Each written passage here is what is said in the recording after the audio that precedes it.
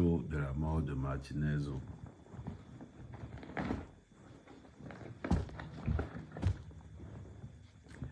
Il y a beaucoup de fausses informations dehors. Il y a beaucoup de fausses informations dehors.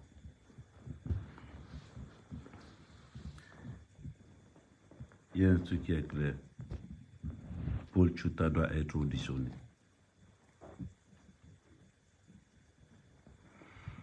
On remarque que dans l'affaire de Martinez,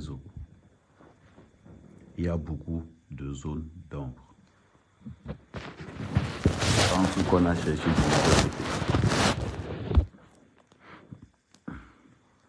tous les éléments qui pouvaient faire à ce que l'enquête soit vite réglée ont été négligés. Les éléments forts, partagez le live au fur et à mesure. Le live que j'ai fait tout à l'heure à 19h a été effacé. Je ne sais pas comment ils ont fait pour effacer ça.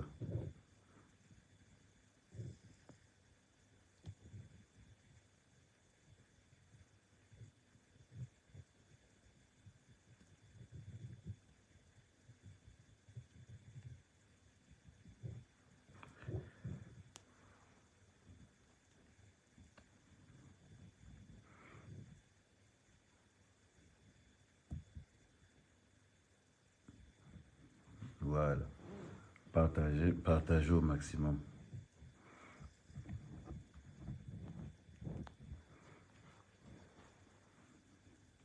On va parler du jour où Martinez est mort. Je vous avais toujours dit que c'était un folklore. Les histoires que J. Tchouta, Boris, Valzero, toutes ces histoires qui montaient, c'était un folklore. Le jour où Martinez est mort,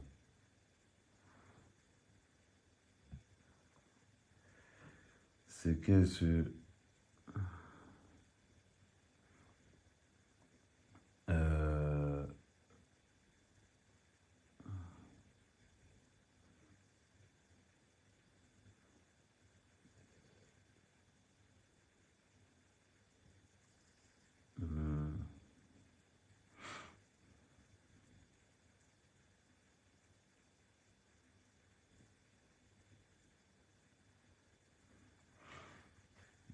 vous êtes attention, voilà.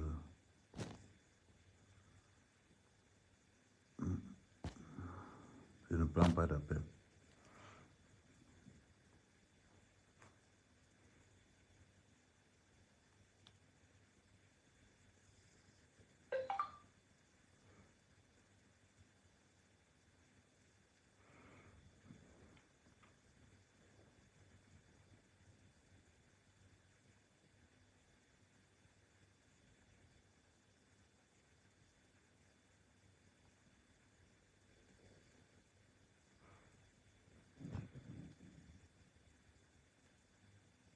Je prends mon autre compte. Oui, il faut prendre autre compte pour partager. Il faut prendre autre compte pour partager.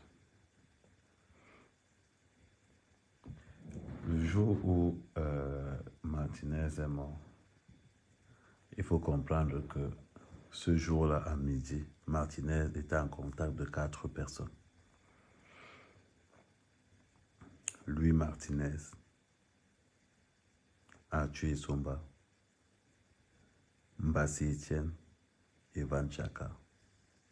Ils étaient ensemble. Je vous avais parlé et je vous avais dit la dernière fois que tout le monde, on ne doit négliger aucune piste sur la mort de Martinez. On ne doit négliger aucune piste sur la mort de Martinez. Je vous avais dit ça la dernière fois. Mais vous avez peut-être compris que bon, peut-être qu'au X, peut-être qu'au Y, non. Aucune piste ne doit être négligée. Par la simple raison que beaucoup de gens ont pensé peut-être qu'il y a eu des locations de voitures qui partaient de Douala, il y a eu X, il y a eu Y. C'est faux. C'est faux. Ce que Xavier Messé a dit la première fois, c'était vrai. Xavier Messé a signé un accord. Dans tout le folklore que Xavier Messé nous a dit là, Xavier Messé, l'indique que Xavier Messé a dit que l'indique là lui a dit. C'est le chauffeur d'un ministre qui a dit à Xavier Messé qu'on a tué Martinez. Pourquoi Paul Chouta doit être entendu? Paul Chouta était la première personne à dire que Xavier Martinez Zogo a été kidnappé. Ça veut dire donc que Xavier Messé savait aussi l'heure du kidnapping. Pourquoi je vous dis ça? C'est malheureux. Mais tout tournait autour des chantages des hommes politiques. C'est un gros business, un très très gros business qui a été installé en place pour faire chanter tous les hommes politiques, tous les hommes d'affaires qui ont leur dossier à la Cour suprême, à la Cour des comptes. Je ne sais pas si on dit Chambre des comptes ou bien Cour des comptes, bref. Tous ceux qui ont leur dossier à ce niveau là-bas doivent savoir qu'à un moment donné, on va les appeler pour faire semblant de négocier. Et maintenant, ce qu'on va remarquer dans cette histoire, c'est que Martinez était la vitrine du chantage d'un réseau mis en place par un système qui emploie ces gars. Parce que vous ne pouvez pas nous dire comment se font que les dossiers de beaucoup d'hommes politiques se retrouvent dans les mains de Martinez Ogo. Vous expliquez ça comment? Comment expliquez-vous que les dossiers de beaucoup d'hommes se retrouvent dans les mains de Martinez? Ils font ça comment? Il faut accéder, il faut avoir quelqu'un qui est placé à la Cour des comptes, à la Chambre des comptes. Il faut avoir quelqu'un qui est là-haut. Parce que si vous n'avez pas quelqu'un qui est là-haut, vous ne pouvez pas avoir certaines informations. Vous ne pouvez pas avoir certaines informations. Parce qu'il y a un niveau d'information que pour accéder, il faut que vous soyez minimum. La Chambre des comptes plutôt. On ne dit pas Cour des comptes, Chambre des comptes. Il y a un certain niveau d'information où vous êtes obligé d'être à l'intérieur. Ça veut dire donc que la personne qui travaillait donc avec Martinez Zogo, qui est Mbassi Etienne, une fois que les gars te faisaient donc le chantage et que tu ne coopérais pas, ils envoyaient ton dossier à Martinez et Martinez le bombardait ça en haut là-bas. Mais par contre, ce que moi je n'ai pas vraiment compris, c'est l'implication de Arthur et Somba. Parce que Arthur et Somba contactent Martinez Zogo en disant à Martinez Zogo qu'il a des dossiers contre Amougou Belinga. C'est ce que je trouve un peu bizarre. Arthur et Somba qui est pourtant le cousin d'Amougou Belinga. Donc on est en train de nous dire par exemple que dans cette optique, on est en train de nous dire par exemple que on est en train de nous dire par exemple que dans cette situation,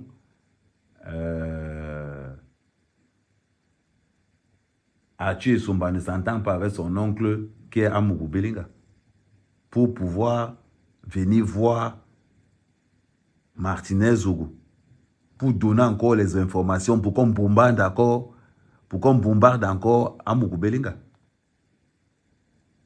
Parce que la partie est très complexe. Hein. La partie là est très complexe. Je ne prends pas d'appel des gens que je ne connais pas. Quelqu'un doit s'identifier. Si quelqu'un ne s'identifie pas, je ne prends pas son appel. Parce que quand on regarde, parce que vous mettez, voilà, parce que la dernière personne à voir Martinez Zogo ce jour-là à 17h, c'était Arthur et Somba. Arthur Essomba vient prendre Martinez à midi. Lorsque Arthur vient prendre Martinez à midi, il y a Van Chaka qui est dans une autre tête de cochon et on a Arthur Essomba qui est dans une autre tête de cochon. Maintenant, dans les vidéos qui ont circulé, on voit par exemple dans la dernière vidéo, on voit par exemple la tête de cochon. Attendez, j'élargis pour que... Attendez. Je vais mettre la vidéo là. On voit une tête de cochon noir passer.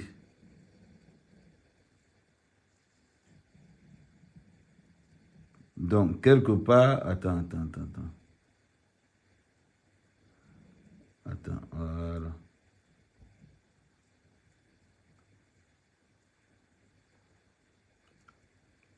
C'est très important. Et la voiture qu'on voit, une tête de cochon grise, n'a pas de plaque d'immatriculation. Vous voyez, à ce niveau, cette voiture n'a pas de plaque d'immatriculation. C'est tout à fait normal. Parce qu'au Cameroun, si vous achetez la voiture d'un policier, ne soyez pas surpris que les voitures des policiers au Cameroun n'ont pas de plaque d'immatriculation, n'ont pas d'assurance, n'ont rien. Si vous voyez une voiture au Cameroun qui n'a pas de plaque d'immatriculation, ne tentez même pas. C'est la voiture d'un policier, soit c'est la voiture de la femme d'un policier, soit c'est la voiture d'un policier ou de quelqu'un qui travaille dans le corps armé. La plupart des gens qui travaillent dans le corps armé au Cameroun ont des voitures qui n'ont pas d'assurance, qui n'ont pas de plaque d'immatriculation. Comme la voiture de Mbassi Etienne, 0 plaque d'immatriculation, mais par contre les papiers de la voiture sont faits au nom de sa femme. Maintenant, il y a quelque chose maintenant. Je vous avais dit que c'était un business qui était mis en place. Dans la mort de Martinez, tous ces gars marchent avec des cartes militaires, des cartes de service de renseignement. Quand vous entendez peut-être qu'on est venu kidnapper quelqu'un sans mandat, ou quand il y a un règlement de compte, les gars là viennent te kidnapper parce qu'ils ont des cartes militaires, ils marchent avec des trucs qui n'ont pas de mandat. Si vous vous laissez abattre, si vous vous laissez faire, vous aurez beaucoup de problèmes. Parce que ce sont des gars qui vont aller vous torturer, vous menacer. C'est ça.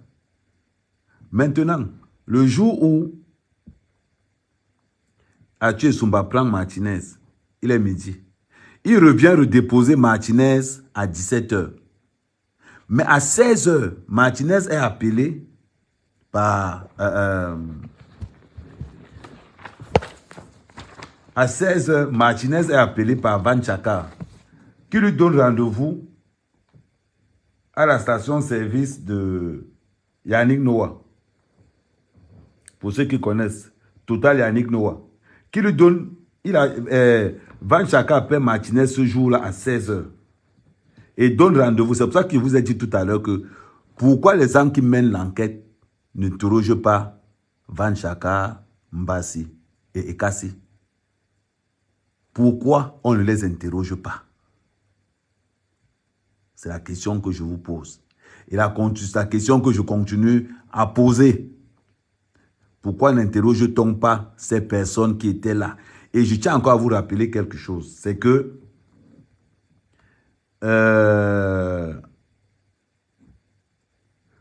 Van Chaka, lui, un jour avant l'assassinat de Martinez, repère 2 motos qui les filaient. Et Van Chaka a reconnu 2 gars de la DGRE qui seront arrêtés dans le commando qui a tué Martinez. Vous ne voyez pas qu'il y a trop de similitudes? Van Chaka est du même village que Danwe. Mais c'est bizarre, Van Chaka est toujours dehors.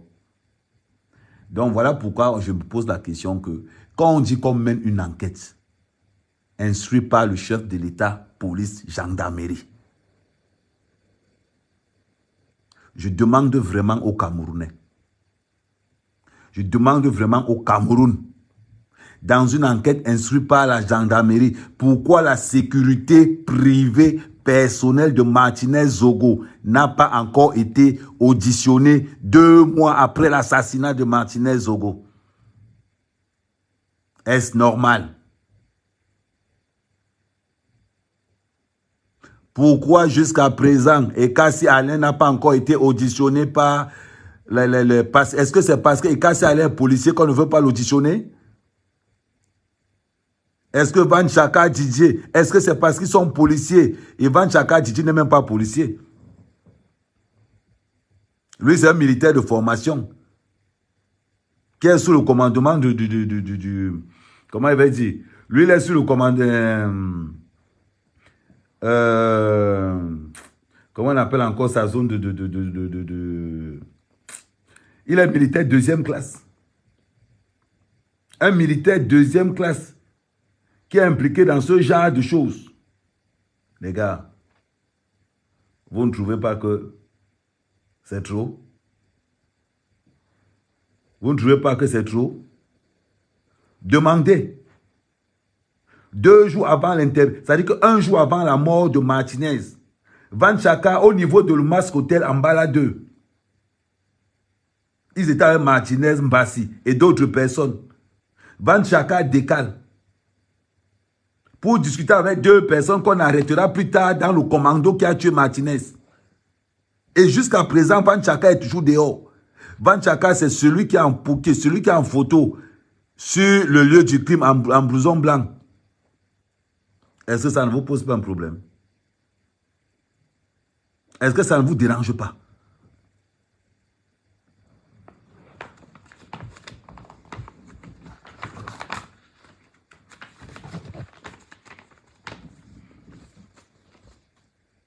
C'est très important. Paul, tu es en communication avec Van Chaka. Fouillez, vous allez vérifier. Pourquoi on n'a pas dit à Paul... Tu as été le premier blogueur à afficher qu'on a kidnappé Martinez Zogo. Le premier. Expliquez-moi un peu quelque chose. Van Chaka appelle Martinez à 16h pour lui donner rendez-vous à Total Yannick Noah. Ce jour-là à 16h. Arthur et Sombadin déposé Martinez à 17h. Tout le monde de la ville, les caméras ont filmé. Donc la dernière personne à voir Arthur Martinez Zogo vivant, c'est Arthur et Somba. Arthur et Somba qui vient donner des documents contre Amourou Belinga à Martinez Zogo. C'est bizarre. Lors de leur croisement, au niveau de Amplitude, les voitures se sont mises à pleurer comme ça là. Mbassi a demandé à Martinez si ça va. Parce que Mbassi connaît Arthur et Somba. Mbassi connaît Van Chaka. En gros, tous se connaissent. Arthur et Somba connaît même Ekassi. Ça veut dire qu'on est dans un groupe où tout le monde se connaît. C'est bizarre quand même. Quand J-Point nous parle de Douala, J-Point voulait faire la diversion. Aucune voiture n'a été louée pour aller abattre Martinez Zogo. Aucune. Je vous avais dit que c'est les informateurs, c'est ce que Martinez avait comme information qui a tué Martinez. On retrouve... je vais vous dire qu'apparemment même c'est un déserteur. Si on regarde même bien, c'est un déserteur. Ça, c'est... Ce que vous dites là, c'est vrai. Monsieur les enquêteurs, convoquez Van Chaka. Un jour avant la mort de Martinez, il était en contact avec 2 personnes qui étaient dans le commando qui a tué Martinez. Ils étaient au niveau de Mbala 2, au niveau de Masque Hotel. Martinez était là avec Mbassi, avec d'autres personnes. Interrogez-les.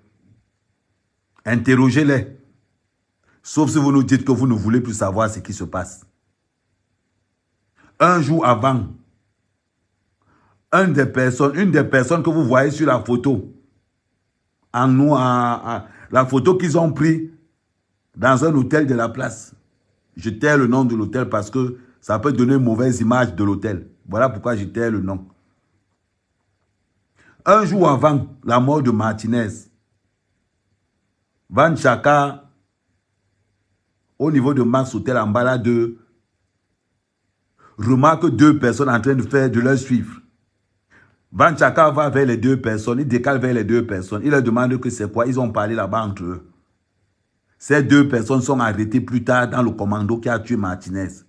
Je vous rappelle que Van Chaka n'a jamais été auditionné, Ekassi n'a jamais été auditionné, Mbassi n'a jamais été auditionné.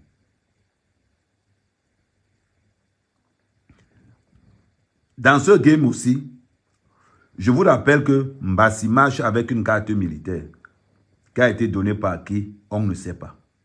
C'est un système qui a été mis en place. Ou d'ailleurs, beaucoup de personnes ont été suspectées dans cette histoire. Beaucoup de personnes ont été dans cette histoire interpellées. Ah oui. En passant, ils ont déjà passé ils ont déjà fait les cellules au CED. Que ce soit Mbassi, que ce soit Mbassi, que ce soit Van Chaka, ils ont déjà fait les autres trucs au CED. Je ne sais pas si Ekassi a déjà fait la cellule au CED aussi. Oui, même Ekassi, je pense, oui, même Ekassi. Ça veut dire que les 3 là ont déjà fait la cellule. Ça veut dire que les 3 là ont déjà fait la cellule au CED. Mais c'est les 3 là qui marchent avec. Comment on appelle encore? C'est les 3 là qui marchent avec Martinez. Je vous avais dit, et je vous répète, nous allons enquêter.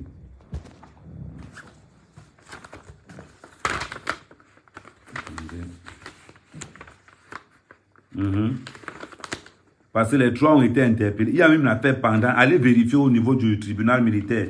Il y a une affaire pendante là-bas pour escroquerie où Mbassi est impliqué et Van Chaka DJ est aussi impliqué.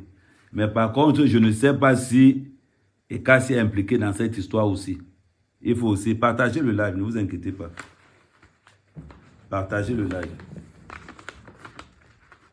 Voilà. Pourquoi moi, je ne fais plus confiance à... il y a un voice qui a circulé. Attendez. Il y a un voice qui a circulé. Attendez 2 secondes.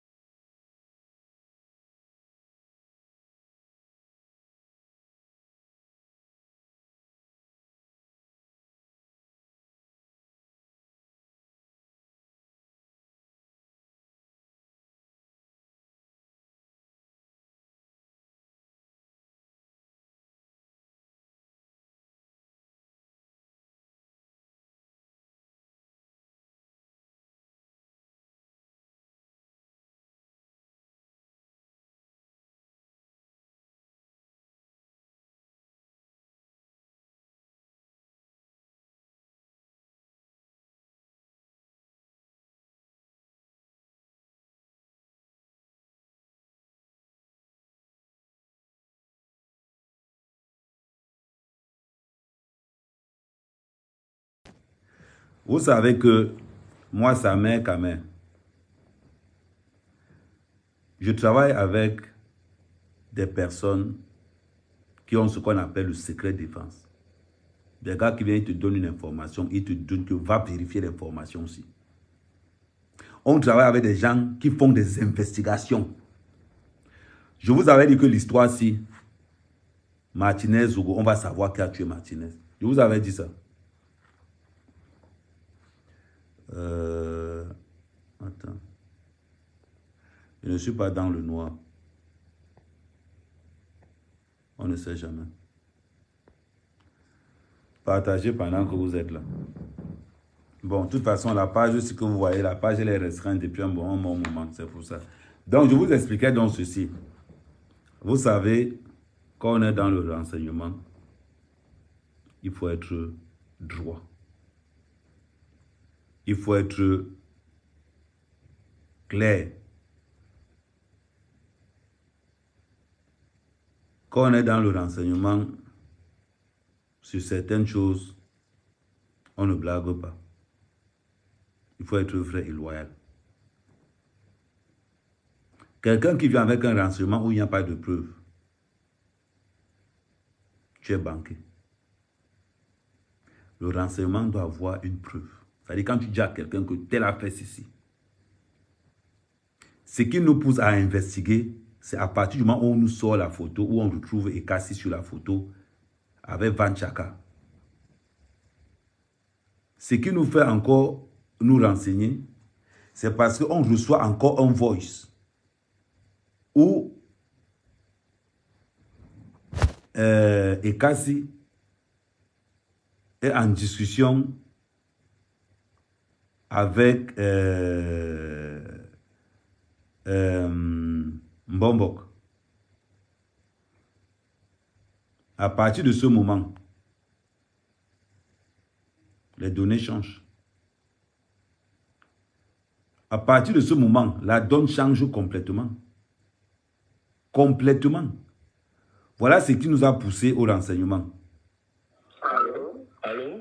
Oui, oui, bonjour. Bonjour. C'est Kassi Alain. Comment mon frère? Ah, je suis là. Mais ton nom bouge dans les réseaux sociaux là. C'est toi qui as envoyé? Mais tu m'avais envoyé des... Moi je croyais que tu m'avais envoyé pour montrer que c'est toi qui as travaillé à côté de Martinez bien avant comme tu disais, non? Mais quand c'est comme ça, tu me dis, je te donne certains détails de ce que toi tu veux informer. Moi je croyais que lancer, parce que voilà, croyant que... Non, moi je cause avec toi. Quand on fait un... Allô? Voilà la conversation qui a fuité dans les réseaux sociaux. Voilà la conversation qui a fuité dans les réseaux sociaux. Quand maintenant, vous voyez des choses comme ça,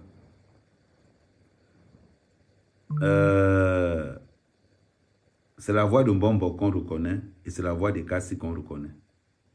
Voilà ce qui nous ouvre, voilà ce qui nous permet d'entrer dans les investigations des gens qui m'ont marché avec Martinez pour la dernière fois. Et on s'est rendu compte que parmi les gens qui ont marché avec Martinez pour la dernière fois, aucun de ces gars n'a été auditionné. Mais on a auditionné tout le monde. La seule personne qui a été auditionnée parmi tous ces gars, c'est Arthur Essomba. C'est bizarre. La personne qui a été alertée, et on se pose encore des questions, on est en train d'investiguer là-dessus. La personne qui a été alertée en premier, c'est Xavier Messé. Xavier Messé qui a été averti à partir du moment où on a tué Martinez, Xavier Messé était au courant. Par le biais, quand Xavier Messé n'a pas voulu parler, je vais encore vous ramener à quelque chose d'autre. Je vais encore vous ramener à quelque chose d'autre. Et vous allez voir beaucoup de choses. Vous allez commencer à comprendre beaucoup de choses. Xavier Messé a été, comment je vais vous dire, est venu devant le public en mentant à Monjo Vision que je me suis trompé, c'était le buzz. Ça n'a jamais été le buzz. Xavier Messé a bel et bien été appelé à 5 h du matin pour lui dire qu'on a tué Martinez à 3 h du matin. Xavier Messé était au courant par le biais de quelqu'un dont je vais taire le nom pour l'instant. Mais si Xavier Messé ne fait pas un démenti, je vais lui donner le nom de la personne qui l'a appelé. Ne pensez pas que vous êtes caché. Nous sommes en pleine investigation. Parce que si on ne stoppe pas ça, ça va continuer et ça va aller très loin. Très loin. Maintenant, Il y a des gens qui ont dit des choses qu'on a négligées. Je vais vous faire passer un audio. Un bandit a été tué par d'autres bandits.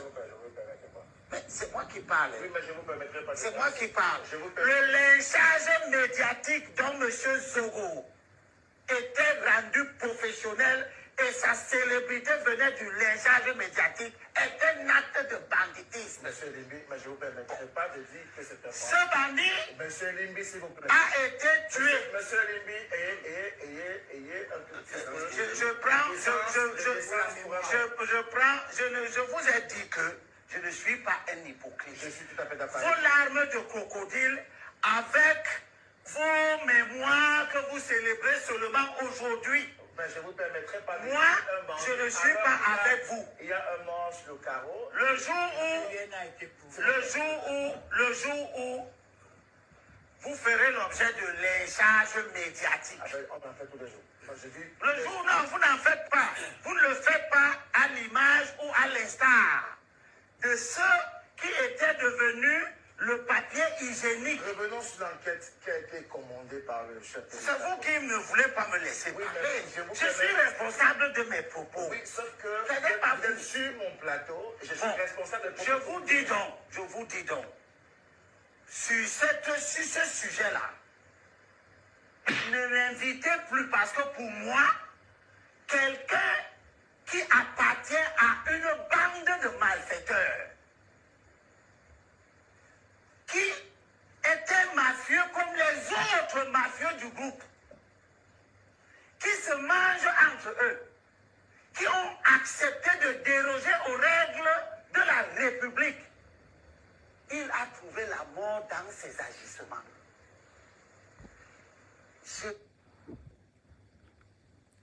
Il avait tout dit. Maintenant, il y a encore autre chose. Deuxième vidéo. Comme tout le monde dit souvent que il a envie de voir ses enfants grandir et que il n'a pas envie de monter dans la Prado noire surtout. Moi-même aussi. Vous avez peur, Père Jean-Jacques? Attendez. Donc, j'ai envie de monter dans la Prado noire. Monsieur Paul Désir, donc c'est moi qui demande la Prado noire. D'abord, même pour que je vive, je tire déjà pas la peau au quotidien. Hein? Donc, si maintenant il faut encore que non, pardon, excusez ma vie. J'ai fait ma part d'investigation, j'ai peut-être ma petite idée, mais il ne revient pas à moi. D'abord, je ne suis pas payé pour ça. Que les gens qui sont d'ailleurs le chef d'État instruit, la gendarmerie, la police pour mener cette enquête-là, ils sont d'ailleurs payés chèrement pour ça, qu'ils fassent leur travail et qu'ils nous disent ce qui a posé là. Mais moi, je vous ai dit, on nous a induit en erreur. Donc, laissez M. Jean-Pierre Mugubelinga loin dans cette histoire de Martinez. Et même Martinez ne peut pas accepter qu'on pose son deuil, son assassinat sur quelqu'un qui n'a pas posé l'acte. Martinez lui-même voudrait qu'il y ait la vraie justice. Et ça pose un autre problème. Moi, je dis encore, et vous allez me lire encore les lignes, sans dire des choses, je vais dire des choses. Oui. Ça pose un autre problème. Il faut savoir, et je le dis à tous ceux qui nous écoutent, les journalistes, les gens qui pensent dans des camps ou dans d'autres, ne croyons pas que être dans un camp nous garantit la survie. Parce que là où nous sommes là, c'est une affaire de... C'est plus gâté, hein. C'est-à-dire que même ton propre camp, que tu sais, peut soit te négliger, comme... Enfin, je veux pas... Soit te négliger et on t'ôte la vie comme on a ôté la vie à Martinez, soit alors ton propre camp qui t'utilise peut se rendre compte que tu as déjà fait le boulot et maintenant, bon, ils n'ont plus rien à gagner, surtout que tu peux être un témoin gênant qui a peut-être des informations déjà très compromettantes et que si demain après demain tu es peut-être interpellé, il peut arriver que tu dises que comme j'ai dit ceci, cela là, c'est tel qui m'a donné le tel document, voilà, et voilà. Donc tout ça, ça veut dire que nous sommes donc... Voilà. Vous avez vu, ils ont fait des interviews bizarrement qui corroborent. Bizarrement. Des interviews qui vont ensemble. Et pourtant qu'ils n'étaient pas là. Comment est-ce qu'ils ont fait? Comment est-ce qu'ils ont fait pour avoir tous la même façon de faire? On nous a induit en erreur. Je peux vous confirmer qu'on nous a induit en erreur. On peut aller chercher l'assassin de Martinez, Zogolouan. Mais si on doit chercher l'assassin de Martinez, ça doit être entre Arthur et Somba. Van Chaka, Mbassi Etienne. On doit aussi chercher là-bas. Pourquoi on ne cherche pas là-bas? Je tiens à vous rappeler que tous ces gars-là que je viens de vous citer marchent avec des cartes militaires. Et je peux encore vous rappeler qu'une des personnes a un lien très particulier avec Dangwe. Parce que celui qu'on appelle Van Chaka est du même village que Dangwe. Van Chaka n'est pas à son premier coup de frappe. Van Chaka a d'abord escroqué le trésorier général payeur du Nord. Je vous avais expliqué ça aujourd'hui. Van Chaka a d'abord escroqué le trésorier général payeur du Nord de Marois. Pour y être plus précisément. Je vous avais annoncé ça dans mes prochains audios que la personne qui était chargée de l'enquête, la personne qui a insisté même pour qu'on arrête Van Chaka là-bas au nord, c'était le général commandant Lou Bazal, commandant de la 4e région de gendarmerie à Marois. Oui, il a été arrêté là-bas à l'hôtel. Imaginez-vous, un militaire 2e classe qui part escroquer un trésorier général payeur. Et les documents sortaient d'où? Les documents sortaient où? De la Cour suprême, à la Chambre de commerce. C'est là-bas où les documents sortent toujours. Mais c'est bizarre quand même. Ça veut dire que c'est un système qui a été mis en place pour escroquer les hommes d'affaires et les politiciens camerounais qui ont des démêlés avec la justice. Ça veut dire qu'ils sont là-bas, ils prennent les documents, ils viennent vous donner, ils vont à la cour, à la chambre, comment on va dire, ils vont à la chambre des comptes, ils ramassent des documents là-bas et ils viennent escroquer les gens en bas. Mais voilà la vérité. Qui dit que ces hommes ne pouvaient pas aussi tuer Martinez parce que Martinez avait décaissé l'argent sur un autre business? Quand Martinez disait que j'ai les dossiers là sortaient d'où? Je rappelle que Paul Tchouta faisait partie de ces gens-là. Mais demandez un peu à Paul Tchouta, est-ce que tu as eu à contacter ces gars? Voilà pourquoi Ibala disait tout à l'heure que mais essayez essayez aussi d'auditionner Paul Tchouta. Checker les téléphones de Paul Tchouta. Donc, il y a des choses qu'on ne peut ne pas négliger. Et personne de ces gars, aucun membre, et je vous confirme que aucun membre de la garde rapprochée de Martinez n'a été auditionné. Aucun. Vous trouvez ça normal? Quand vous avez l'information que Van Chaka était en contact avec deux membres des commandos qui ont tué Martinez, qui ont kidnappé Martinez plus tard. Quand vous entendez que la police n'a pas réagi, c'est parce que les gars marchent avec des cartes militaires et que les gars qui ont kidnappé Martinez Zougou sont connus tous des militaires parce que ce sont les militaires qui ont fait le job. Ils ont fait le job à combien? 50 000 francs CFA. Les gens qui ont été mandatés pour kidnapper Martinez Zogo et le tuer ont été mandatés, ont été payés à 50 000 francs CFA.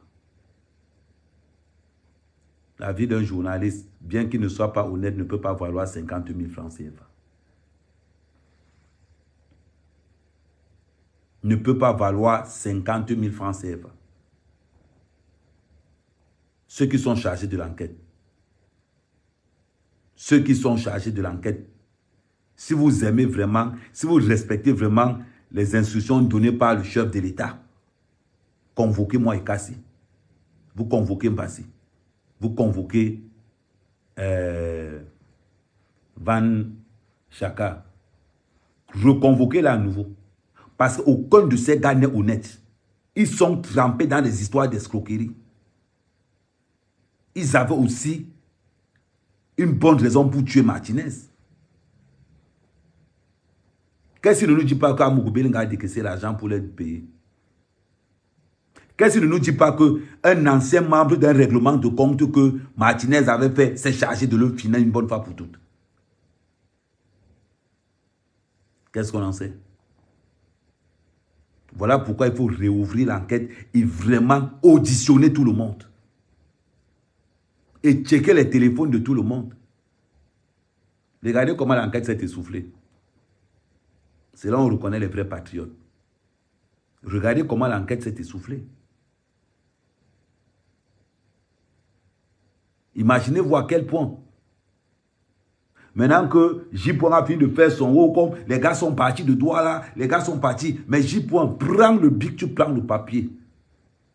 Boris, prends le bic et le papier. Ceux qui ont tué Martinez,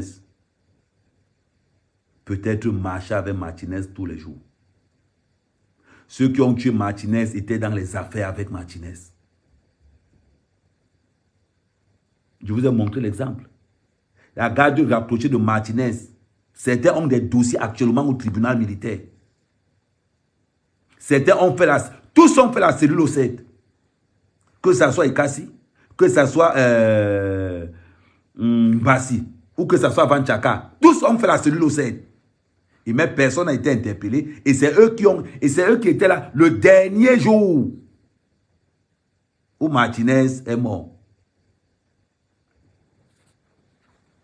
À midi, quand le jour de la mort de Martinez, quand Arthur Sumba vient rencontrer Martinez pour donner les documents comme quoi ils vont enfoncer à Mugubelinga. Van Chaka est là, Arthur Sumba est là, Mbassi est là. Pourquoi c'est seulement Arthur Sumba qu'on a auditionné? Pourquoi on n'a jamais auditionné Van Chaka ni Mbassi?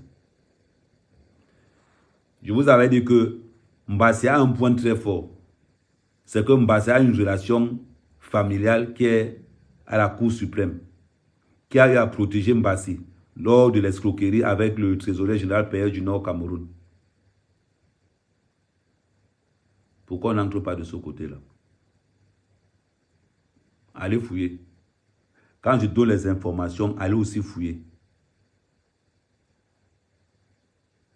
Allez fouiller aussi. Est-ce que c'était un règlement de compte? Parce que dans l'affaire de Mbassi, comme je vous avais expliqué tout à l'heure, ils ont voulu escroquer Ahmed, qui est le comptable du ministère des Sports et de la FECAFOOT. Mbassi Etienne a monté un dossier pour escroquer Ahmed des centaines de millions de francs. Ça a marché même le premier coup. Ça a marché le premier coup. Mbassi a eu le courage d'aller filmer le ministre des Sports à Douala. Quand on a arrêté à Douala, il a montré une fausse carte militaire. Donc, et on a même, et en plus, le gros trafic de cartes militaires qui est à Yaoundé. On va parler de ça prochainement. Ça sera le prochain truc. Le gros trafic de cartes militaires qui est à Yaoundé est orchestré par qui? Point d'interrogation. Lorsqu'on a saisi le commandant, moi, quand je vous dis des choses, allez voir le commandant de Madagascar. Si quelqu'un a le numéro du commandant de Madagascar, là, appelez le commandant de Madagascar, demandez-lui que ce qu'Ahmed Kamer dit là, est-ce que c'est faux? On a transféré le dossier chez le commandant, on a saisi le commandant de Madagascar pour l'affaire de Mbassi. Il a dit qu'il ne pouvait pas, que c'était trop lourd pour lui. On a transféré l'affaire au CEMIL. On a donné l'affaire à Bell. Bell allait perquisitionner chez Mbassi. On a retrouvé les dossiers de Ahmed là-bas. Qu'est-ce que les dossiers qui sont... Normalement, des dossiers qui sont... comment je vais dire? Les dossiers qui sont... être gardés. Les dossiers qu'on doit garder en lieu de sécurité se retrouvent dans la chambre d'un monsieur dont sa femme est dans le corps armé. Vous trouvez ça comment? Je ne sais pas. Dites-moi un peu. Parce que voilà, on est en train de couvrir qui? Moi-même, je veux savoir. On est en train de couvrir qui? Demandez si vous pensez vous-même. Dans la première affaire d'escroquerie, Mbassi et Kaza sont à l'intérieur. Au nord, là-bas. Les dossiers là sortaient d'où? De la Cour suprême. D'abord, les dossiers là sortaient. Ça veut dire que c'est une grosse mafia qui a été mise en place par qui? Je ne sais pas. Nous sommes en train de mener une enquête là-dessus, des investigations là-dessus. Comment se fait-il que les dossiers, par quel biais les dossiers sortent de la Cour suprême pour arriver aux mains de Martinez Zogo. Comment ça se passe? On va prendre le cas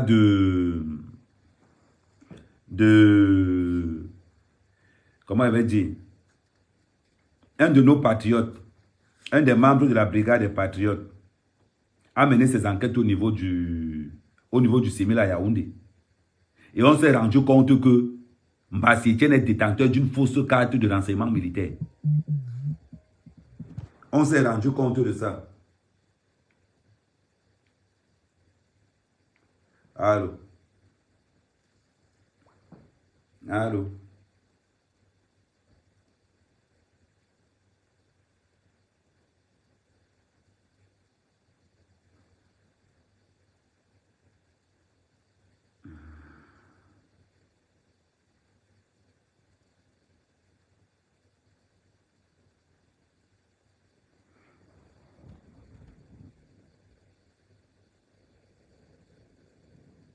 Ok.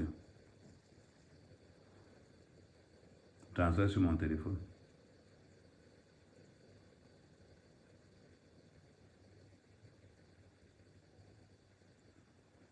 Ouais, ça arrive.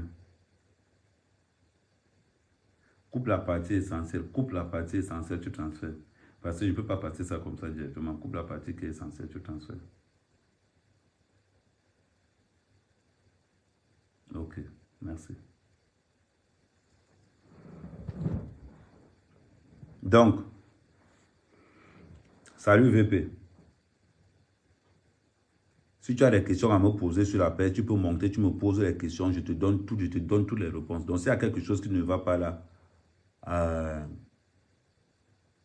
je vais te dire.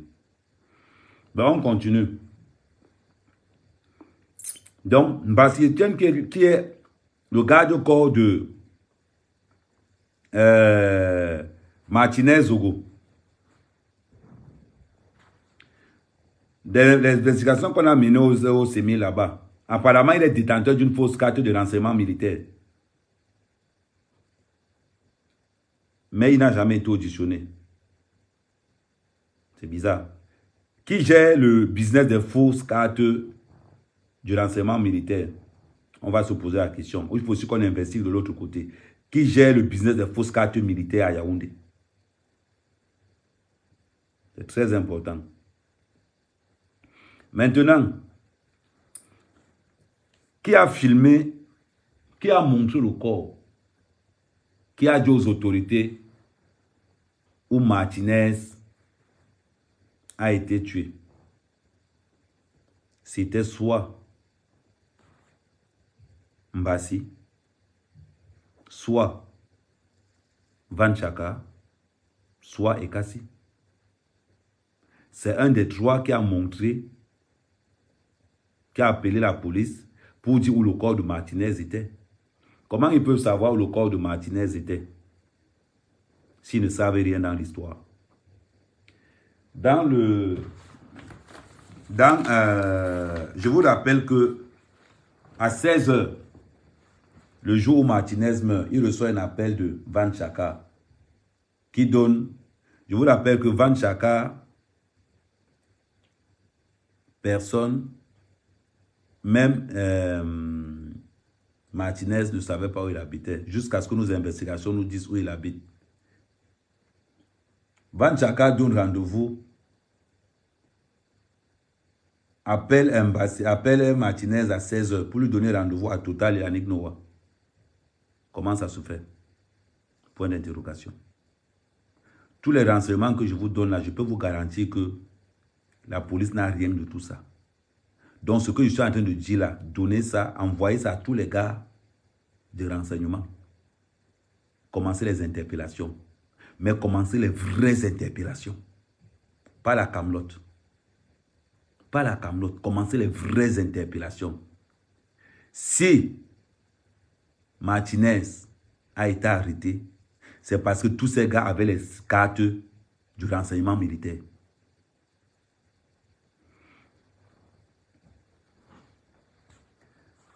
On va s'attarder sur le cas de Arthur Essomba. Son cas est un peu inquiétant. Pourquoi? Comment est-ce que Arthur Essomba peut venir voir Martinez en disant à Martinez qu'il a les documents contre son oncle Amougou Belinga? Je trouve ça bizarre. Je trouve ça bizarre. Je me pose encore des questions. Comment Martinez, avec tout ce qu'Amougou Belinga a fait pour lui, peut marcher avec des gens? Attendez. Je commence à voir comment le réseau est... Oh putain. Il y a le nom de beaucoup de personnes qui apparaissent. Il y a le nom de quelqu'un qui apparaît, que je connais bien, avec qui j'ai eu des altercations. Je pense qu'il faut que je contacte le colonel Mbankwi.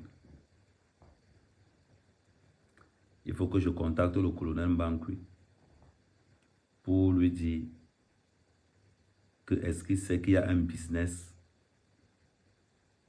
des fausses cartes militaires, des fausses cartes de renseignement militaire dehors. Il faut qu'on se renseigne, il faut que je... Si le colonel Mbankwi est connecté, il faut dire au colonel Mbankwi qu'il y a un business de fausses cartes de renseignement militaire qui court dehors, qui ont pour rôle de racketter, d'organiser des escroqueries de gauche à droite. Ça veut dire qu'aujourd'hui, l'affaire Martinez-Zogo nous montre que ne faites pas confiance aux militaires. Faites plutôt confiance. Je ne veux même pas adresser ça au colonel Mbankwi. Je vais m'adresser directement au commissaire du gouvernement. Monsieur le commissaire du gouvernement, il y a un dossier dans vos locaux. Le dossier de Ahmed, où M. Mbassi Etienne est passé. Faites très attention avec ce monsieur. Il a marché avec Martinez-Zogo. Il n'a jamais été auditionné. Monsieur le commissaire du gouvernement, son dossier est là-bas pour escroquerie.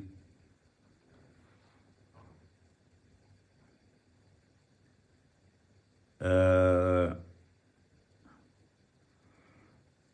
bizarre. C'est les mêmes noms qui reviennent. Vous avez remarqué que c'est les mêmes noms qui reviennent. Et c'est toujours les mêmes noms qui reviennent.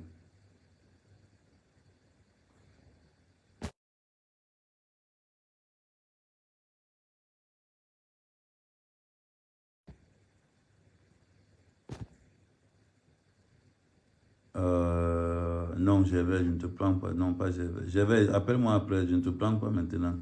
On est dans un dossier sérieux, s'il te plaît. Je te prends après.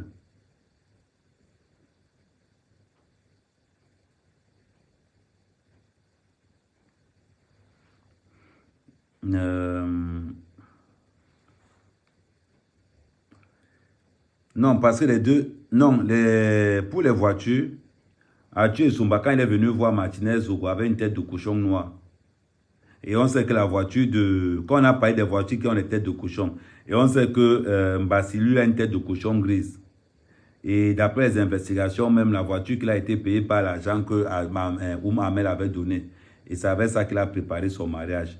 Ce que je veux simplement dire que, avec ce qui se passe actuellement, au fur et à mesure que nous investiguons, nous nous rendons compte que peut-on faire confiance au CED? Peut-on faire confiance au groupement? Parce que si moi, Ahmed Kamer, j'ai été victime d'escroquerie par un adjudant-chef au groupement du CED, on m'a dit de ne pas donner son nom, mais je l'appelle Kimbo. Il a une grosse tête comme ça, là. Avec sa collègue. Les vidéos circulent dans les réseaux sociaux. Cet adjudant-chef m'a filmé au CED. Je demande au président de la République, est-ce que c'est normal qu'on interpelle quelqu'un, qu'on vienne le filmer dans les locaux? Dans les locaux du CED. Est-ce normal? Point d'interrogation. Si cette affaire de Martinez-Zogo me tient vraiment à cœur, c'est parce que j'ai été victime de cette manipulation des gendarmes à Yaoundé qui se servent des cartes militaires du renseignement pour organiser la... Je vais encore aller plus loin pour que vous compreniez ce qui se passe. Dans mon affaire, cet adjudant-chef est allé voir les gars du FEMUS, demandant aux gars du FEMUS de porter plainte pour venir me racketter. Le dossier est encore en cours. Vous devez comprendre.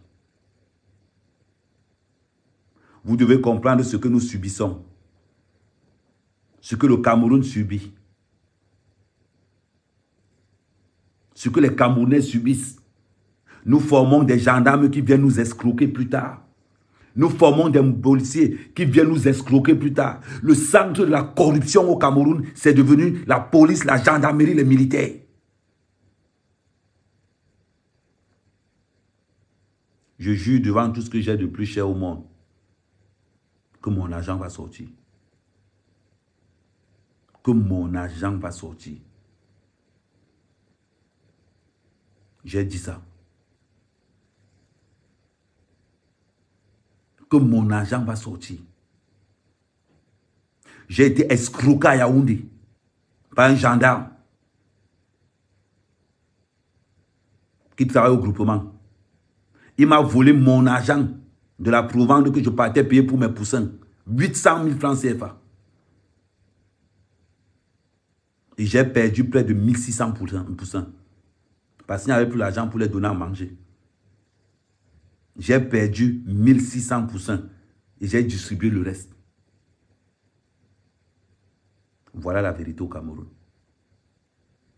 Voilà la vérité camerounaise. Où un gendarme peut se permettre de t'arrêter, de te filmer, pendant que tu es en garde à vue. Il mange ton argent, sans remords. Sans remords. Vous en rendez compte? Un gendarme qui part demander aux gens de me porter plainte, moi, mec à mec. Le gendarme là va au FEMUS pour dire au gars du FEMUS que portez-lui plainte, donnez-moi la plainte là, je sais comment je vais manger son argent. Ils savent que je ne mens pas. Si je mens, demandez au souverain Raymond Tchenga. Si je mens, demandez à Guilhem. Si je mens, demandez au colonel Lewat. Moi, mec, à mec, je ne mens pas. Quand je fais, j'assume. Quand je fais, j'assume. Je ne tourne pas autour du pot. Quand il y a envie de faire quelque chose, je te tape ça sec. Prends ça comme tu veux. Prends ça comme tu veux. Je ne gère pas le retour. C'est soit nous voulons la vérité, nous tous, en tant que Camerounais. C'est soit les Camerounais veulent l'anarchie. Où chacun fait ce qu'il veut. On ne peut pas avoir un pays où on ne peut pas faire confiance à nos dirigeants. Un peu, tu en tant qu'escroquerie. Un peu, tu en tant que détournement. Un peu, tu en tant que chantage. À tel point où les journalistes sont obligés d'entrer dans le game parce qu'ils veulent manger. On me demande que moi, mec à mec, je dois rester tranquille. Je travaille avec des Camerounais en qui je peux faire confiance. Je travaille avec des gars qui sont sains, des gars qui sont dignes. Voilà pourquoi le commissaire du gouvernement jusqu'à présent a tout mon respect. Parce que quand on m'a escroqué dans cette histoire, quand on m'a escroqué 800 000 francs CFA au groupement de gendarmerie, au CED, quand je suis arrivé devant le commissaire du gouvernement avec Guylaine, il m'a dit, petit frère, je gère ton affaire. Le commissaire du gouvernement a appelé tout de suite. Ahmed Kama a été victime d'escroquerie dans vos locaux. Je veux ça dit que montez-moi une enquête là-dessus expéditive. Il fallait voir comment les gens me regardaient au groupement de renseignement. Les gars étaient en train de me dire là-bas que, oh Ahmed Kama, tu es encore sur l'argent là. Il fallait voir tous. Tous savent que non, leur adjudant, je ne vais pas manger mon argent. Ils savaient ça tous. Mais ils m'ont regardé. Ils me narguaient. Ils me narguaient. Ils m'ont filmé dans leurs locaux. Je vais remettre la vidéo. Je vais remettre la vidéo dans mon téléphone. Je vais remettre la vidéo de quand on m'a filmé dans les locaux. Une vidéo qui s'est retrouvée dans les réseaux sociaux. Et vous voulez que nous croyons au Cameroun quand nous subissons ce genre de choses. Vous voulez que nous croyons au chef de l'État quand nous subissons ce genre de choses. Le prochain, c'est qui? On va se plaindre que les Mbenguistes ne viennent pas investir au Cameroun. On va se plaindre que non, les Mbenguistes ne viennent pas. Les Blancs ne veulent plus investir au Cameroun. Ça fait 3 mois que je suis en France. Pour un seul investissement, on me demande tous les documents. Parce que mon Cameroun n'est pas un pays fiable. Pour ramener un seul investissement au Cameroun, les Blancs là me font ça dur ici. Un jour, on me demande tel document. L'autre jour, on me demande tel document. On ne fait que me demander document. Pourquoi? Parce qu'ils m'ont dit clair, on ne fait pas confiance à ton pays. Comment je vais leur dire qu'il manque quand je suis victime moi-même? Comment je vais dire qu'il manque quand moi-même je suis victime? Quand un Camerounais part de la France, vient s'installer dans son village, refuse de faire le njoka des hôtels à Yaoundé, Ahmed Kamé va s'installer dans son village. Je commence mon petit élevage de poulets. Je prends mes 3000 poussins, je mets là-dedans. Un gendarme m'escroque 800 000 l'argent de la Provence. Et il me filme dans le bureau. Parce qu'on l'a payé. Et pendant qu'il m'a arrêté, il a appelé Amoud. Il dit à Amoud que voilà ton gars que j'ai arrêté, non. Voilà ton gars que j'ai arrêté, non. Je jure devant que j'ai tout ce que j'ai de plus cher au monde. Le gars là va me rembourser mon argent. Pas la voie légale. Ne pensez pas que non, je n'ai pas les cartes militaires de l'enseignement volé. Cette histoire, je ne peux pas la laisser passer. Je ne veux pas laisser passer cette histoire-ci. Si ça m'est arrivé, moi, mère Kamé, comment escroquer? Là où on se dit que c'est le temple du renseignement au Cameroun. Quand on te parle du CED, tu mets le respect dessus. Quand on te parle de la CEMIL, tu mets le respect dessus. C'est là-bas où on va escroquer, mec, à 800 000 francs CFA. Et je paie 1500 poulets. Vous voulez me parler de quoi? On vous a dit que j'ai peur d'entrer dans l'histoire de Martinez aussi. Non, je n'ai pas peur, les gars. Si vous avez peur de ces gars, moi, je n'ai pas peur de ces gars. Parce que l'adjudant qui m'a escroqué, j'ai vu le gars paniquer quand il a vu le commandant du groupement. Quand le gars a vu le commandant du groupement, j'ai vu l'adjudant chef là pisser sur lui. Le gars paniquait comme ça, j'ai dit que yes. Là où j'ai vu ce qu'on appelle que... Et le commandant de la brigade, le commandant du groupement, du CED m'a dit, Ahmed Kamé, l'ennemi du gendarme, c'est le gendarme. Je pensais qu'il mentait. Le gars qui m'a escroqué, le gars qui m'a menotté devant le Fémous, le gars qui m'a filmé. J'ai vu le gars paniquer devant. J'ai dit que je suis resté comme ça et confirmé que ce que le commandant du CED m'a dit, le commandant du groupement là, j'ai oublié son nom. Pardon, si quelqu'un a son nom là, il faut me donner son nom. Vous pensez que quoi? Que sur le dossier Martinez Zogo, je vous avais dit que quand les gars là vont se calmer, c'est là où je vais prendre l'affaire là. Je vous avais dit ça ou pas? Que quand les gars de la basse, les gens qui font le bruit là vont se calmer, c'est là où on va récupérer le vrai dossier maintenant. C'est là où on va commencer maintenant à enquêter ça. Personne par personne, maison par maison, case par case, cuillère par cuillère. Vous parlez de quoi? Vous pensez que l'affaire de Martinez me fait peur? Ben non, ça même c'est un jeu d'enfant pour moi. Ça ne me fait pas peur.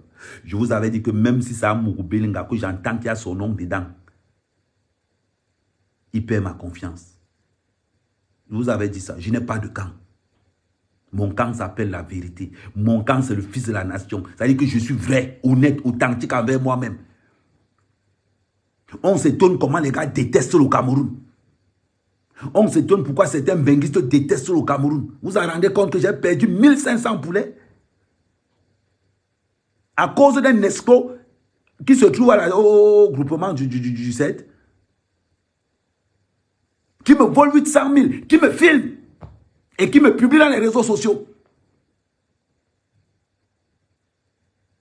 Vous vous rendez compte? Et qui peut fabriquer des faux trucs. Vous savez ce que le gars m'a fait faire là-bas au CED? Il me demande de fabriquer des faux trucs. Non, Patara, tu dis qu'avec moi, c'est sur Ahmed Kamé que ta carrière volée.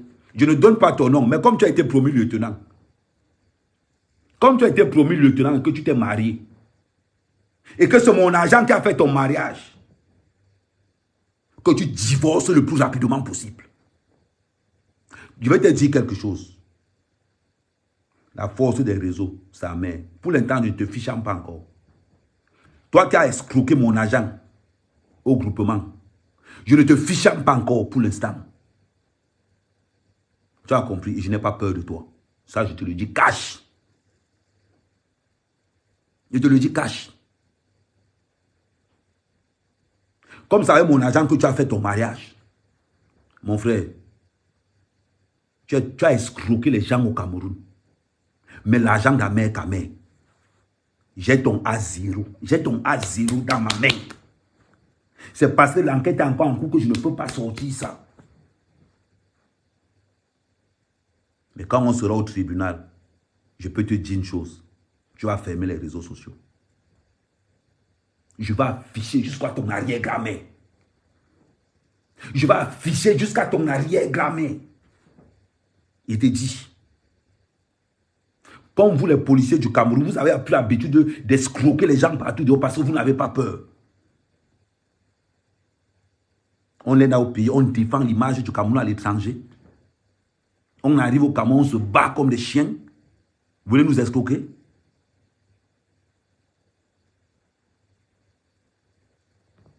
Vous ne savez pas. L'histoire de Martinez aussi est en train d'ouvrir beaucoup de portes.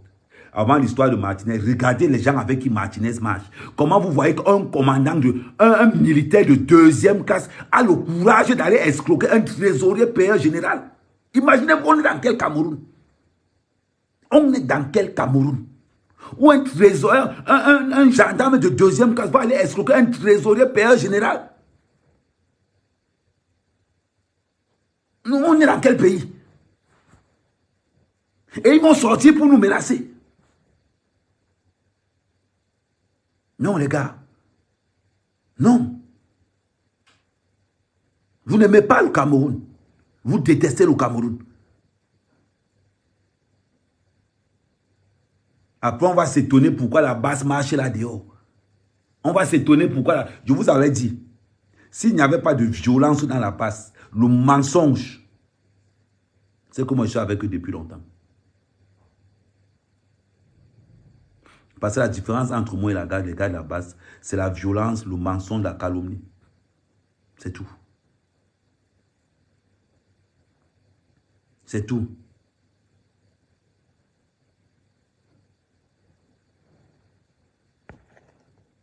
Vous êtes toujours là. Qu'un Camerounais vient investir quelque part. Qu'un Camerounais vient investir quelque part. Vous êtes toujours là.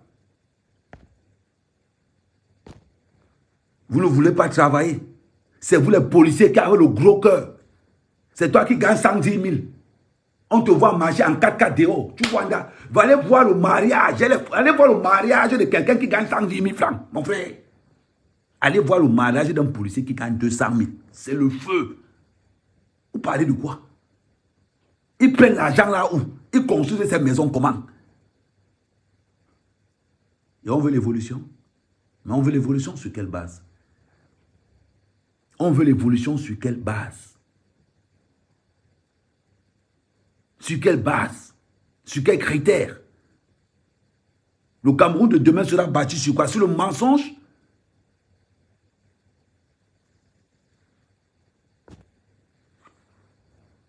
Disons nos vérités. Quand j'ai commencé l'histoire à Mougoubelinga, on m'a appelé de partout.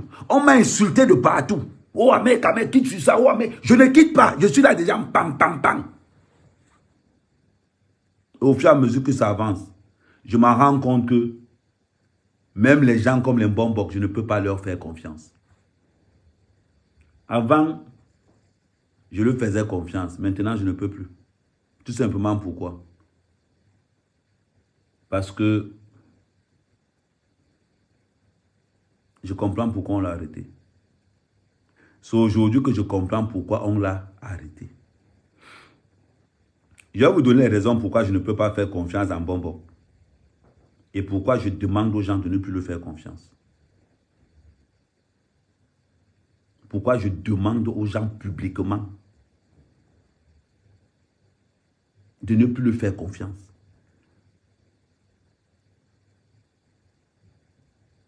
Parce que tu ne peux pas être avec quelqu'un.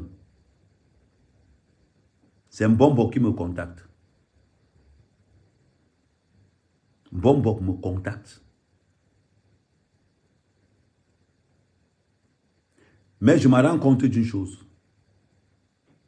Que quand j'écris un message en Bombok, je trouve qu'on me renvoie le même message par le biais de quelqu'un d'autre. Vous pouvez faire confiance à quelqu'un comme ça. Vous ne pouvez pas. Vous ne pouvez pas. Moi, ça m'est quand même. Je n'ai pas ma langue dans la poche. Quand tu as écouté mon live, Bombok, tu vas comprendre beaucoup de choses. Moi, ça m'est quand même. Je n'ai pas ma langue dans la poche. Pas du tout. Mais je peux te garantir une chose. Je demande à tous ces gens avec qui tu travailles de ne plus jamais te faire confiance. Jamais. Parce que tu n'es pas crédible dans tes propos.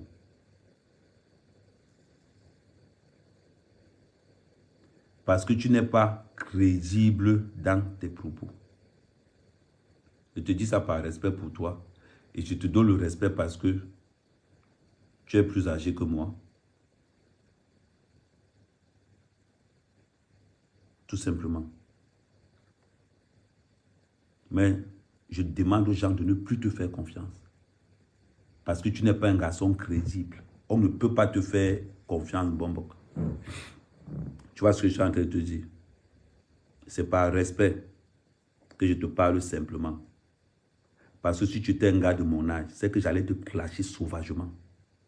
Et je peux te confirmer que j'allais te clasher sauvagement et salement. J'allais reverser tous tes dossiers dehors. Mais par respect, parce que tu es bassa, parce que tu as l'âge, parce que tu es âgé. Voilà pourquoi je te laisse. Mais crois-moi, dans les réseaux sociaux, quand je suis assis sur quelqu'un, il pète un plomb. Tu as compris? Tu es un manipulateur.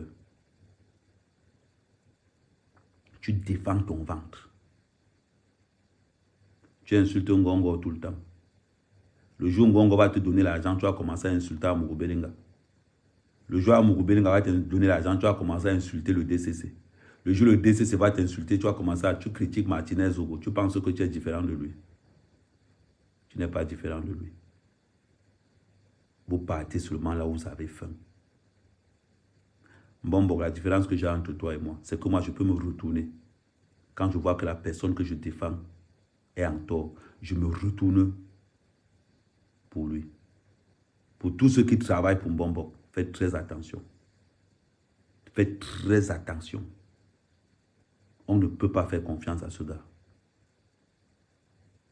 On ne peut pas. Ça, je vous le dis.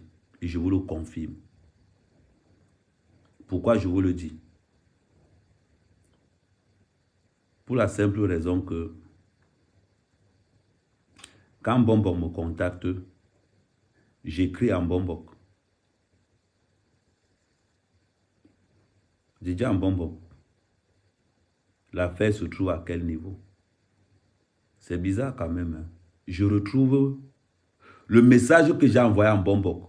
Le même message me revient par le biais d'une autre personne 4 heures plus tard.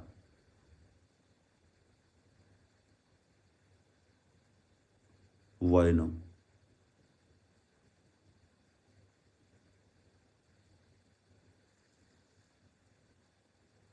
Ce n'est pas une question de doubler. Je ne suis pas là pour l'argent, je vous ai toujours dit ça. Je vais encore être plus précis. J'envoie un message en Bombok en disant que donc tu étais... Je vais même vous dire même le pourquoi j'entre en clash avec... Pourquoi je ne veux pas clasher en Bombok. J'envoie un message en Bombok en disant en Bombok que donc tu es au courant, donc tu as les acquaintances avec les Kassi, tu gardes l'information pour toi. 3 heures plus tard, je retrouve l'information chez moi. Est-ce que vous voyez un peu à quel niveau? Ahmed ne court pas derrière l'argent, renseignez-vous bien. Ahmed Kamé ne court pas pour l'argent. Renseignez-vous bien. Renseignez-vous bien. J'envoie un message en bonbon. 3 heures plus tard, le même message me revient. Parce que je reproche en bonbon que tu as des renseignements. Tu gardes les renseignements là pour toi. Le message me revient. C'est quelqu'un qu'on peut faire confiance? Pas du tout. Ce n'est pas une histoire d'argent.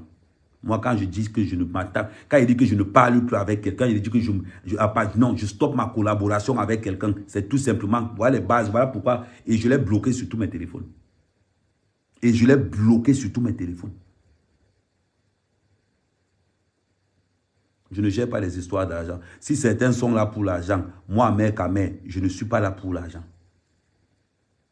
Voilà pourquoi je peux me permettre de dire tout haut à n'importe qui.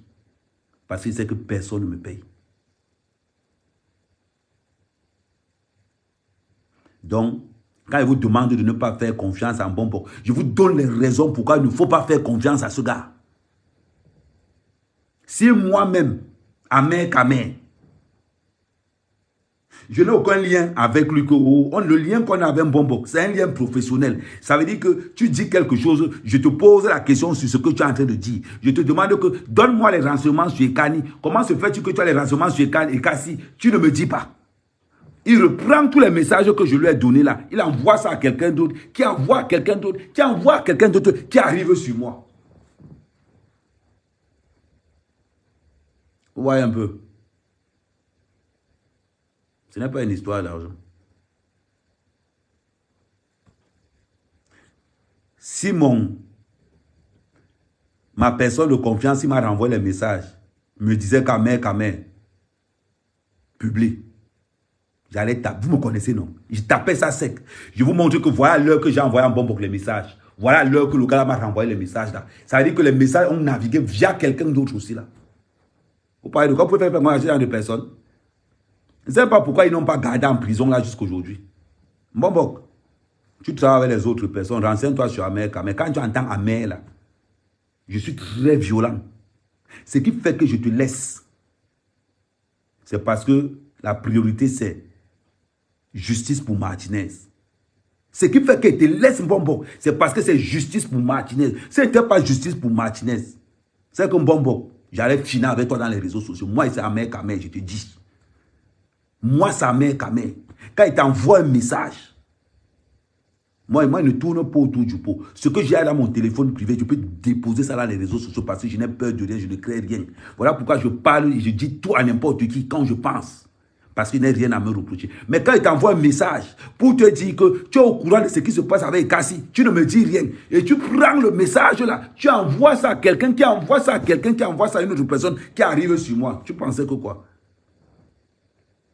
Tu pensais que quoi? Dis-moi un peu. Voilà pourquoi j'ai bloqué tous tes numéros de téléphone.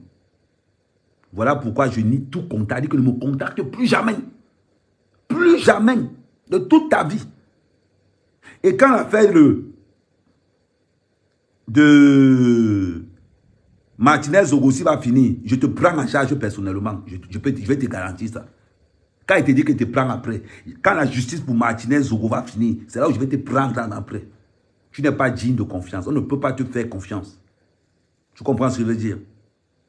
On ne peut pas te faire confiance. Un peu, tu demandes de l'argent aux gens. Un peu, tu demandes l'argent. Combien de fois tu m'as demandé l'argent? Combien de fois? Tu m'as demandé l'argent pour payer ton hôtel. Je t'ai dit qu'attends d'abord. Tu viens parler? Tu m'as demandé que oui, donc je vais payer l'hôtel. Je t'ai dit qu'attends d'abord.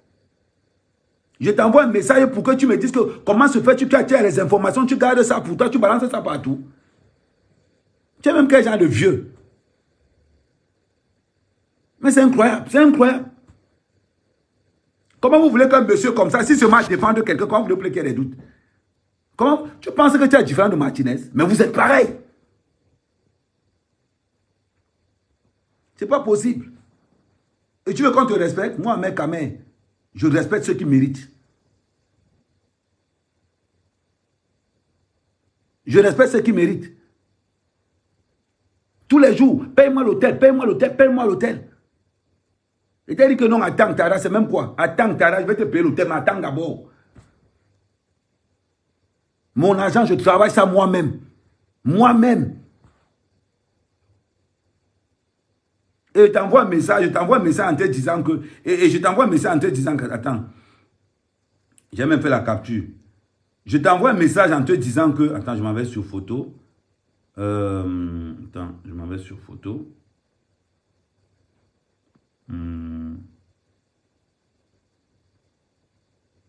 Je t'envoie un message en te disant que tu caches trop d'informations. Si on est dans une même équipe, tu ne devrais pas travailler seul. C'est maintenant que je me rends compte que tu connais beaucoup de choses et tu nous laisses avancer aveuglément.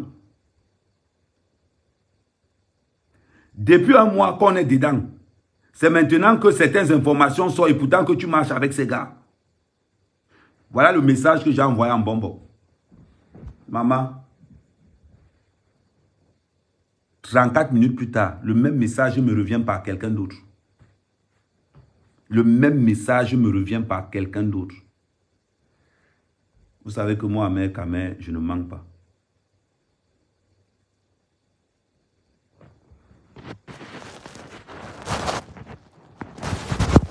Moi, Ahmed Kamel, je ne manque pas. Voilà. Voilà. Ce n'est pas une histoire d'argent. C'est le message qui est revenu par quelqu'un d'autre.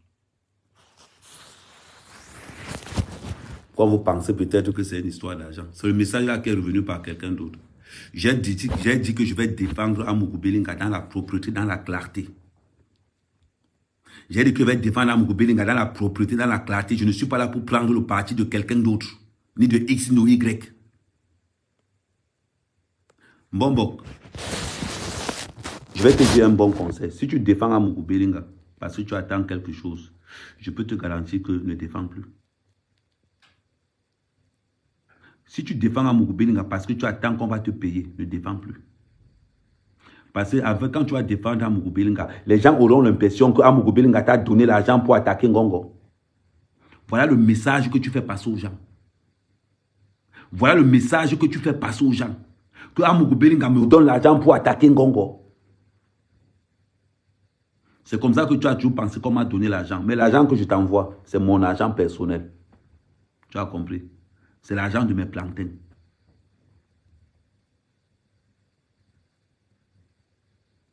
Moi, je suis un gars très vrai. Renseigne-toi, on va te dire. Peut-être les autres tournent en cachette. Ahmed Kamel, renseigne-toi dans les réseaux sociaux. On va te dire qu'Ahmed ne tourne pas. Pour lui, je te donne le respect. Tant que tu ne m'as pas encore fait quelque chose, je te respecte. Mais à partir du moment où tu t'hasardes à me montrer que tu es bandit, je te montre que j'ai commencé le banditisme là avant toi. Je dis, si quelqu'un travaille avec Amougou Belinga et qu'il a envoyé 5 francs à Bombok, je vais le régler. C'est à cause des gens comme Bombok qu'on a l'impression qu'Amougou Belinga envoie les gens pour insulter Ngongo. C'est à cause des gens comme Bombok qu'on a l'impression qu'Amougou Belinga envoie les gens pour insulter Ngongo. Si moi-même je n'étais pas victime, vous imaginez? Que vous envoyez un message en Bombok, il transfère ça quelque part. Heureusement que je ne lui ai pas envoyé un message que voilà le partage d'argent, voilà ceci. Je lui envoie seulement un message pour dire que tu gardes les informations pour toi. Pourquoi? Et pourtant qu'on a besoin de ces informations pour éclairer l'opinion publique. Pour éclairer l'opinion publique. On a besoin de ces informations. Il prend, il fait les transferts, il envoie partout. Voilà un mec qui me demande que, oh, voilà ma crédibilité. Un mec me demande les informations dehors. On va bénir. À ton âge, tu es incapable de parler pour la vérité. Comment tu veux qu'on ne dise pas que tu as Amougou Belinga? C'est normal, c'est toi qui donnes l'accréditation pour qu'on dise qu'Amougou Belinga t'envoie insulter Ngongo. Et vous êtes beaucoup comme ça là. Beaucoup comme ça. On te dit qu'on va insulter. Après, quand on va dire que non, les gens, voilà ce qui... C'est très important. Ce qui se passe entre Bombok et moi là, vous devez comprendre un peu la machination qu'il y a à l'intérieur. Et je défendrai Amougou Belinga avec des armes vraies. Je défends Amougou Belinga dans la vérité, pas dans le mensonge. Pas dans le mensonge. Voilà pourquoi quand il y a une information qui sort, Même si c'est une fausse information qui nous avantage et dit que non, gardez l'information là-bas, nous sommes dans la vérité. Avec ce que Mbombo vient de faire là, vous pensez que je vais encore lui faire confiance? Mais jamais. Mais jamais. Jamais. Vous parlez de quoi? Ce que Mbombo vient de faire là, vous pensez que c'est normal? Que je lui demande que pourquoi tu gardes les renseignements pour toi, il balance ça à tout le monde comme si vraiment... Hey, Agnambe. Mais pourquoi quand tu me demandes l'argent, quand tu me demandais l'argent, pourquoi tu n'as pas balancé ça aux gens? Pourquoi quand tu me demandais l'argent pour payer l'hôtel, pourquoi tu n'as pas balancé ça aux gens aussi? Mais il faut aussi balancer ça aux gens. Il faut aussi dire aux gens que je demande à mère Kamel l'argent pour payer l'hôtel. Il faut aussi dire ça aux gens. Je te mets à côté. Je vais te récupérer après la justice pour Martinez. Ne t'inquiète même pas. Tu ne peux pas me louper. Je ne peux pas te louper. Bon, je vous laisse. C'était Ahmed Kamel, le fils de la nation.